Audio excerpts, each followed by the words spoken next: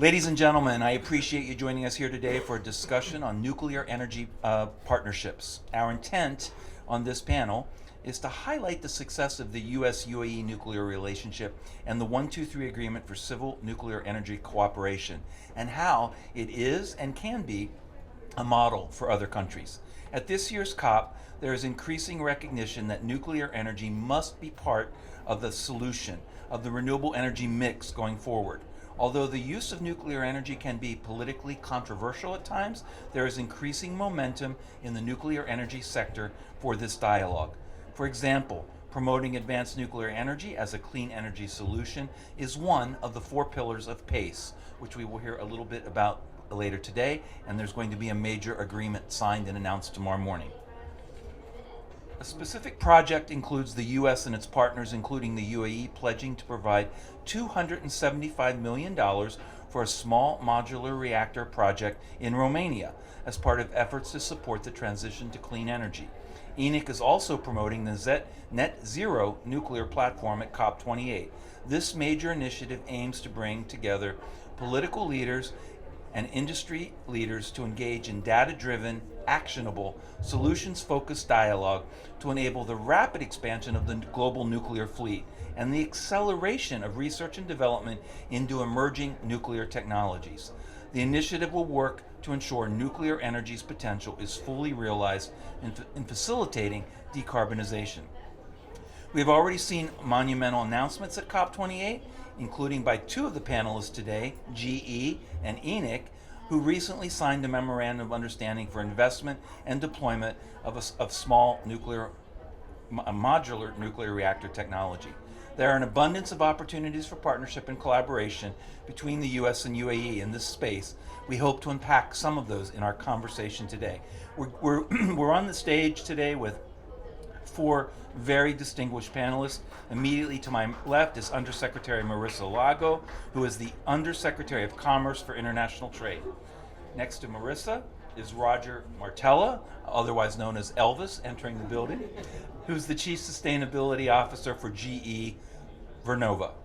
Mohamed Braiki is the Strategy and Development Director of ENEC and a great friend of the Business Council and someone we worked very closely with over the years on the ENEC program of the 4 reactors at Baraka.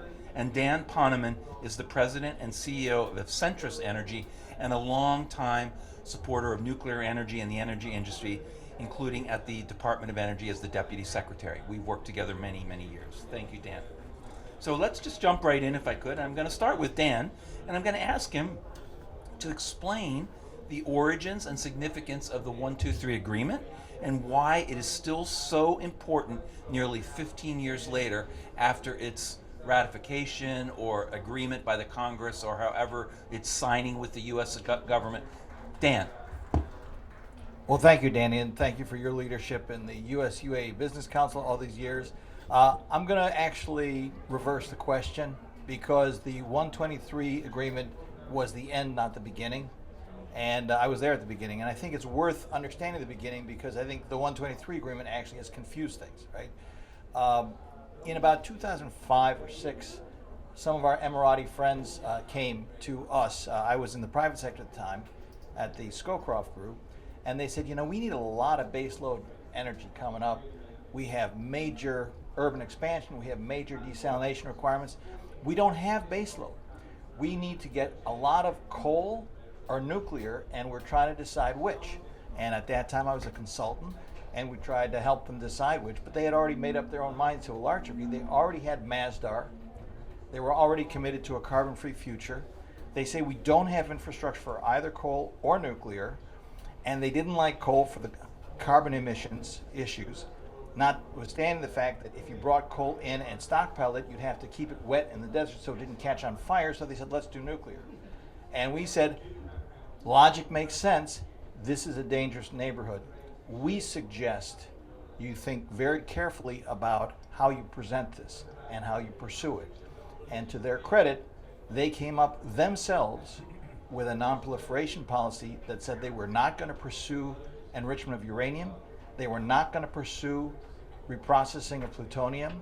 They were going to have a very rigorous regulatory and safety program that became known as FANR, they were going to have absolutely first-rate physical security.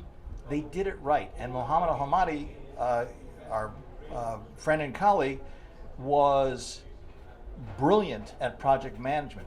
So anything you could do right in a program, they did right. The 123 agreement fell out of that. People have sometimes used it as a shorthand, but I think it's important to remember that what made the Emirati program so successful was not the 123 agreement, which is, if you will, sort of a super construct from the United States, but it was really something that they grew themselves from within. But Dan, I'm just going to press you on that for just a second, because it was 2008 or end of 2007. I was at Harvard teaching a class, and Ambassador Alateba calls me on the phone. I'd just taken over the job at the Business Council, and I look at my phone while I'm talking to the students, and it's the ambassador. I said, "Oh, excuse me, folks, I got to step out for a second." He says, "Danny, we're going to pursue a 123 agreement." This is in late 2007. I said, "Yusuf, we just got through Dubai Ports World in Washington just 2 or 3 years ago. We couldn't allow you to rent 5 of our ports, but now you want us to help you with nuclear energy? How's that going to play?"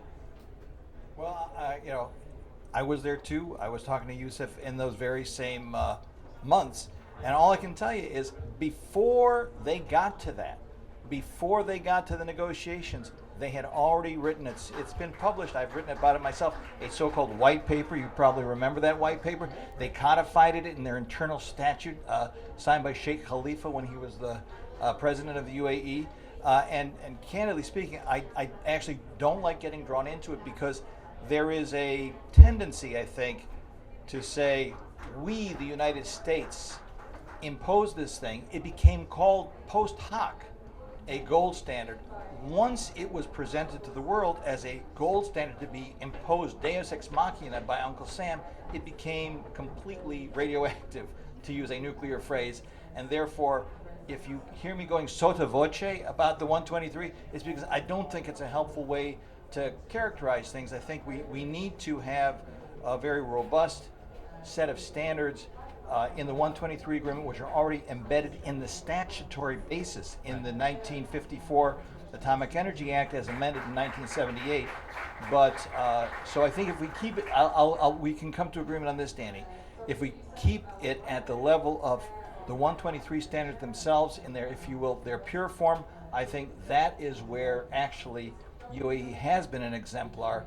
Not because it's something we've imposed upon them, but it's something they've embraced. So the UAE agreement is something that other countries can look at, study, and use as a model to pursue their own path forward in this regard. I would say the UAE example, in terms of growing the program from the ground up, having the training of their own people, having the safety, security, regulatory standards, and on top of that, you can have the 123 agreement. But if it's not grown from within, it's not going to be robust. So it has to be indigenous. I get it. I understand. All right, Mohamed. We're past the 123 agreement. You have 4 reactors at Baraka now. 3 are completely online and producing. The 4th one is in the process of final certifications, I guess. Give us a sense of where we are and how you're moving forward in this regard. Well, thank you, Danny. Thank you for having me, and welcome everybody to Dubai. We're in a very important time, especially now with COP and talking about nuclear energy, which I call the major accelerator for net zero. Right now, we have 3 units that are running safely, producing clean electricity to the grid. The 4th unit, we received our operational license about 4 weeks ago. So the team right now, as we speak, they're preparing for the fuel load to be operating very, very soon. Those 4 plants, Danny, would contribute and cover about 25% of the country's demand. And at the same time, that would cover 25% of the country's NDCs.